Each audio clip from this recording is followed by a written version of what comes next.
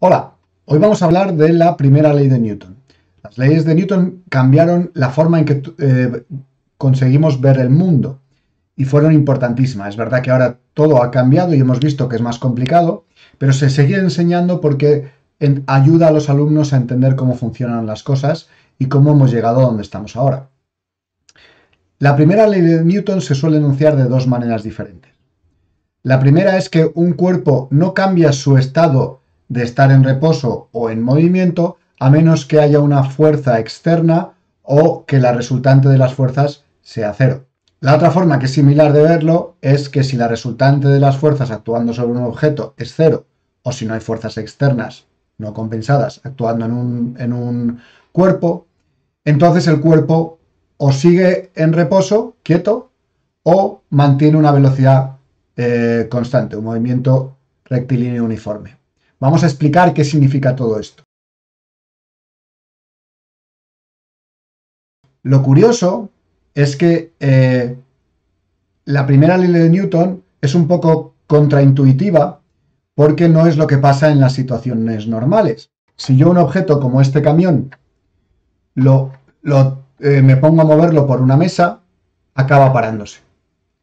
¿Por qué? Porque en la vida real existe una fuerza, que es la fuerza de rozamiento, ya sea con el aire, ya sea con la mesa, que hace que le frene. ¿Qué quiere decir eso? Que es que en la situación de la vida real, las fuerzas externas sobre el objeto no son ceros. No es cero.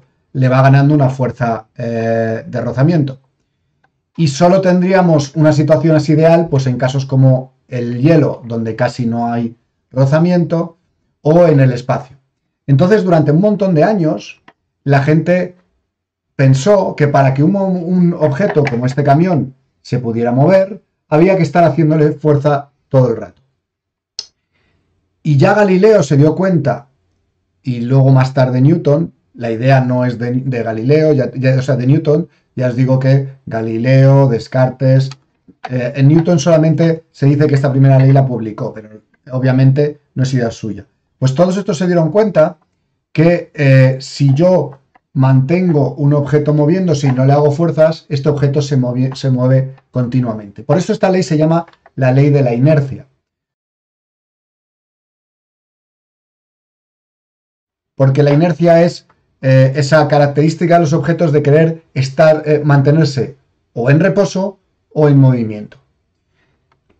Es decir, si yo este camión lo tiro en el hielo y lo dejo que siga moviéndose y no le hago ninguna fuerza, ese camión se va a seguir moviendo hasta que o choque con algo o le frene algo, ¿vale?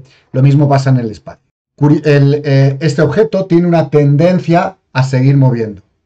Y si este objeto está quieto, que esto sí que es intuitivo, este objeto no se va a mover a menos que le hagamos una fuerza, ¿vale? Entonces la primera parte, la de que el objeto esté quieto, sí que es intuitiva. La segunda, la de que siga moviendo, no tanto, porque no pasa en la vida real, ¿vale? Esto que hablamos de la inercia es que los objetos no quieren cambiar su estado de movimiento. Es decir, que si el objeto está quieto, no quiere cambiar y se va a resistir. Hay que hacer una fuerza para ello. Y si el objeto está moviéndose en velocidad constante, para frenarlo o para acelerarlo, va a haber que hacer una fuerza, ¿vale? Esto es lo que dice esta primera ley de Newton. Y una medida de esta inercia, de esta resistencia del cuerpo a o moverse o cambiar el movimiento, es la masa, ¿vale? Cuanto más masa, más fuerza tengo que hacer para moverlo o más fuerza tengo que hacer para frenarlo, ¿vale? Eso es lo que llamamos la masa inercial, que curiosamente, ya tenéis algún vídeo, coincide con la masa gravitatoria, ¿vale? Pero no tendría por qué ser así.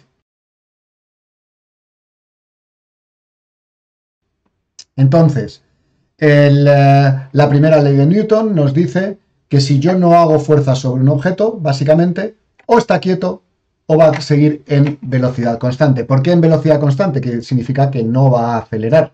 Significa que si estaba a 5 km por hora, va a seguir a 5 km por hora a menos que lo frene o a menos que lo empuje y lo acelere. Vamos a ver ahora un poco la matemática de esta ley. Expresada de forma matemática, la primera ley de Newton nos dice que si la que si la suma de las fuerzas en un objeto es cero, ¿vale? Entonces, y aquí tendríamos dos maneras de expresarlo, ¿vale? La manera más clásica, que es que su velocidad es constante, y entonces tendríamos dos casos. Si la velocidad inicial era cero, pues entonces el objeto sigue teniendo de velocidad final igual a cero, es decir, sigue en reposo. Y si la velocidad inicial era distinta de cero, pues la velocidad final sigue siendo igual a la velocidad inicial, o sea que movimiento rectilíneo uniforme. Es decir, velocidad constante, ¿vale? Esta es la manera clásica de verlo de matemáticas. La manera más moderna con derivadas es que si la suma de las fuerzas es igual a cero, la variación de la velocidad con respecto al tiempo es cero, ¿vale? Es decir, ya sabemos que esa es la aceleración, o sea que la aceleración va a ser cero, o sea que volvemos a lo mismo, o velocidad cero o velocidad constante. Esas dos son las dos opciones que tenemos. Esta es la manera matemática de expresar la primera ley de Newton, ¿vale? Con esta ley tenemos además otra cosa que decir, y es una cosa sobre los sistemas de referencia. Y os voy a poner un ejemplo. Imaginaros que yo soy un sistema de referencia, es decir, unos ejes, ¿vale? A partir del cual vamos a medir cosas, ¿vale? Yo estoy aquí y la velocidad mía es cero, ¿vale? Y hay una pelota aquí flotando, ¿vale?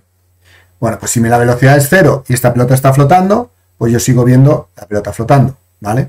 Así que se cumple como la suma de fuerzas en esta pelota se supone que es cero, ¿vale? Entonces esa pelota sigue quieta, ¿vale? Caso 1. Caso 2 es que yo soy el sistema de referencia, ¿vale? Yo soy un sistema de referencia, pero yo me estoy moviendo con una velocidad constante. Si yo me estoy moviendo con una velocidad constante, como yo no soy consciente de que me estoy moviendo con esa velocidad constante, si yo me estoy moviendo a una velocidad constante y me estoy alejando del objeto, el objeto se moverá, se alejará de mí a una velocidad constante también. Como yo no soy consciente de que me estoy moviendo, yo lo que estoy pensando es que el objeto se está moviendo, pero a una velocidad constante. Así que aquí también en el caso 2, ¿vale? Donde el sistema de referencia se mueve a una velocidad constante, ¿vale?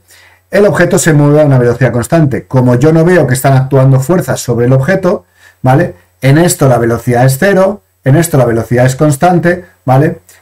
Entonces en esto se cumple la ley de Newton, ¿vale? La primera ley de Newton. Y estos se llaman sistemas de referencia inerciales. Pero puede haber un tercer caso, y es que la pelota esté aquí, ¿vale? Yo estoy aquí con mi sistema de referencia, pero yo me esté moviendo hacia allá.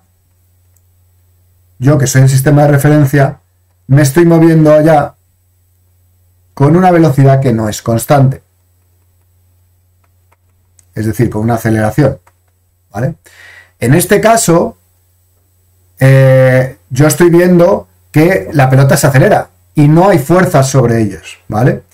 Para que se cumpla la primera ley de Newton, porque yo no veo que haya fuerzas sobre ellas, yo me tengo que inventar una fuerza ficticia, ¿vale? Que haga que eso se acelere, ¿vale?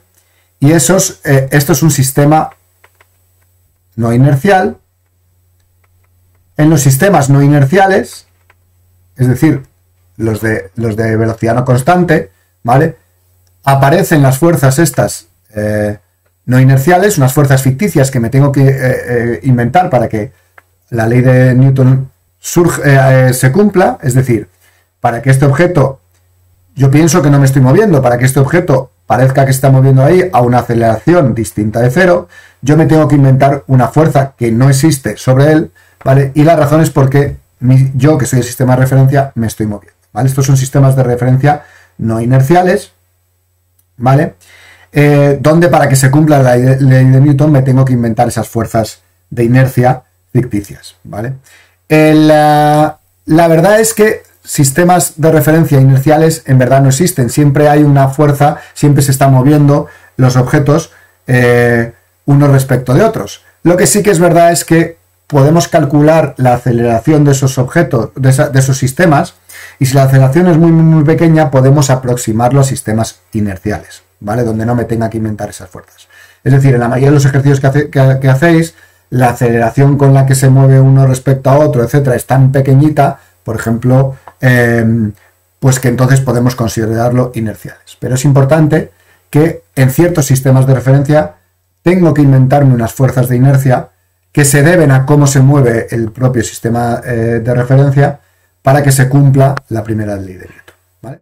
La primera ley de Newton es la causante de que si tiramos cosas al espacio y las lanzamos con una velocidad, sigan con esa velocidad infinitamente porque, como no hay rozamiento, siguen con una velocidad constante. Y al contrario de lo que ocurre en las películas de ciencia ficción, yo a una nave espacial la puedo acelerar a una velocidad y luego cortar los motores y la nave seguiría viajando a esa velocidad infinitamente porque no hay rozamiento y mantendría su velocidad constante por la primera ley de Newton. Si veis, en la mayoría de las películas los motores siguen funcionando para mantener una velocidad. Mentira. En el espacio, una vez que has llegado a una velocidad, puedes cortar los motores y dejar que siga, ¿vale? Otra cosa es que quieras cambiar la velocidad. Y de hecho, surge el problema de que para parar una nave espacial hay que hacerle muchísima fuerza para frenar esa inercia, para cambiar ese estado de movimiento, precisamente por la primera ley de Newton.